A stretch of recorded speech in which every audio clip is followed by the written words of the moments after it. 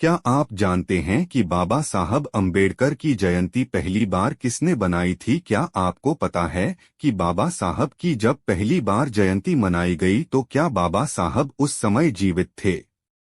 आज हम इस वीडियो में इसी के बारे में चर्चा करने वाले हैं। अगर आप इस वीडियो को पूरा नहीं देख सकते तो वीडियो को यहीं छोड़ दीजिए, क्योंकि मैं नहीं चाहता कि आपके पास कोई अधूरी जानकारी पहुंचे, क्योंकि अधूरी जानकारी बहुत खतरनाक होती है।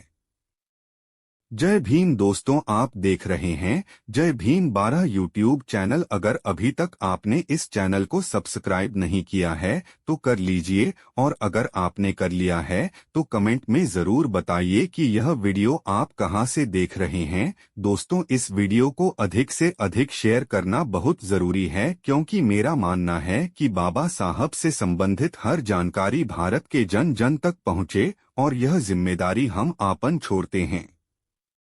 चलिए अब वीडियो को ध्यान से सुनने और समझने का प्रयास कीजिए। साल 1928 पुणे भारत अंग्रेजों के अधीन था और समाज जातिवाद की जंजीरों में जकड़ा हुआ। 14 अप्रैल की सुबह कुछ अलग थी। शहर के कोने कोने में खबर फैल रही थी, आज कुछ बड़ा होने वाला है, लेकिन कोई नहीं जानता था। गया अचानक एक रथ दिखाई देता है, सज्जित भव्य, जैसे किसी महाराजा का स्वागत हो रहा हो, लेकिन रथ पर कोई नहीं बैठा। बैठी थी एक तस्वीर, एक व्यक्ति की तस्वीर जिसकी आंखों में ज्ञान था, चेहरे पर करुणा थी और माथे पर बगावत। लोग पास आने लगे, भीड़ जमा होने लगी। कुछ दूर से देख रहे थे, कुछ नमन कर रहे थे, कुछ पूछ रहे थे यह कौन है। रथ के साथ चल रहे थे ऊंट और हाथी जैसे। यह कोई परंपरा नहीं, एक क्रांति थी। चारों ओर खामोशी थी, लेकिन उस खामोशी में एक लहर उठ रही थी, सम्मान की, समर्पण की और सवालों की। कोई नाम नहीं बता रहा था, न किसी ने मंच सजाया, नारे लगे, बस था, तस्वीर थी और लोगों के दिलों में उठता तूफान। कई लोग चुपचाप आंसू पहुंचते रहे। कवियों ने पहली बार महसूस किया, हमारा कोई है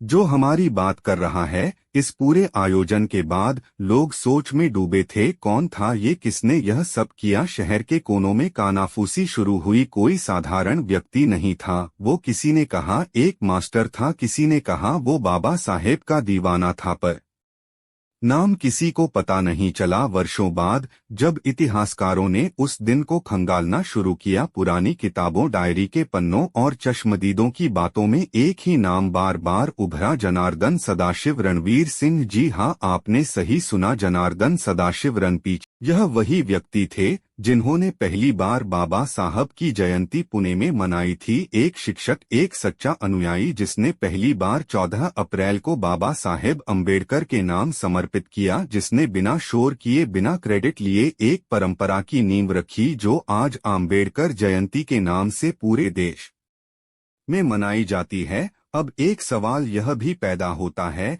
कि क्या बाबा साहब की जयंती उनके जीवित रहते ही मनाई गई थी? तो इसके जवाब में मैं कहूँगा कि जी हाँ, पहली बार जब बाबा साहब की जयंती मनाई गई तो बाबा साहब जीवित थे। बाबा साहब का पड़ी निर्माण 6 दिसंबर 1956 में हुआ था और बाबा साहब की जयंती पहली बार 14 अप्रैल 1928 में मनाई गई थी।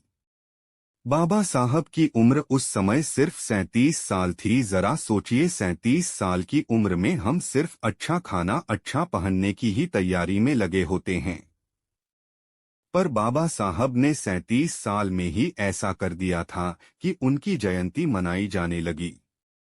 जिसने पहली बार जयंती मनाई वो कोई राजा नहीं था, ही क्रांतिकारी कहा गया उसे, लेकिन उसने वो कर दिखाया जो बड़े बड़े नेता नहीं कर पाए। उसने एक तस्वीर को रथ पर बिठाकर पूरे समाज की सोच को झुका दिया। उसका नाम था जनार्दन सदाशिव रणपीछे है। अगर आपको लगता है कि इतिहास सिर्फ किताबों में नहीं बल्कि दिलों में लिखा जाता है, अगर आप मानते हैं कि एक विचार, एक इंसान और एक रथ समाज की दिशा बदल सकते हैं, तो आप अकेले नहीं हैं, हम भी वही सोचते हैं।